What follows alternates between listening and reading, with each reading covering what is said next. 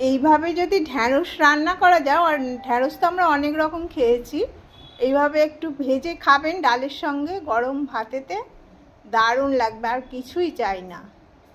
আমি 150 মতো ঢ্যাঁড়স ভালো করে ধুয়ে শুকনো করে পুছে নিয়েছি, আর ছোট ছোট টুকরো করে কেটে নিয়েছি।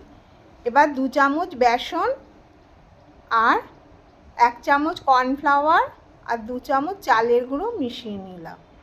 এর মধ্যে নুন দেবো, সামান্য নুন, হলুদ, লঙ্কা গুঁড়ো আর আমচুর পাউডার একটু মিশিয়ে নেব। একটু জল দিয়ে ধনে গুঁড়ো দিলাম। এবার ঢ্যাঁড়সগুলো দিয়ে ভালো করে মেখে নেব। সামান্য জল দেবো যাতে মাখা মাখা হয়ে যায় ঢ্যাঁড়সের গায়ে। এইভাবে মেখে নেব। সব জায়গায় ঢ্যাঁড়সগুলো পড়ে গেছে। এবার আমচুর পাউডার ওপর থেকে একটু দিয়ে ভালো করে মেখে নিলাম। কিছুটা তেল দিয়ে গরম করে নেব কড়াটা, তেলটা ভালো করে গরম করে নেব। আমি মিডিয়াম আঁচে রেখে দিয়েছি।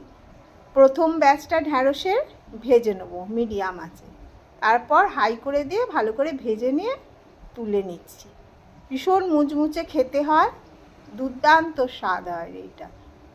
প্রথম ব্যাচটা আস্তে আস্তে তুলে নিলাম। এবার দ্বিতীয় ব্যাচটা হয়ে গেল, প্লেটিং করে নিলাম। ওপর থেকে চাট মশলা ছড়িয়ে দেবো।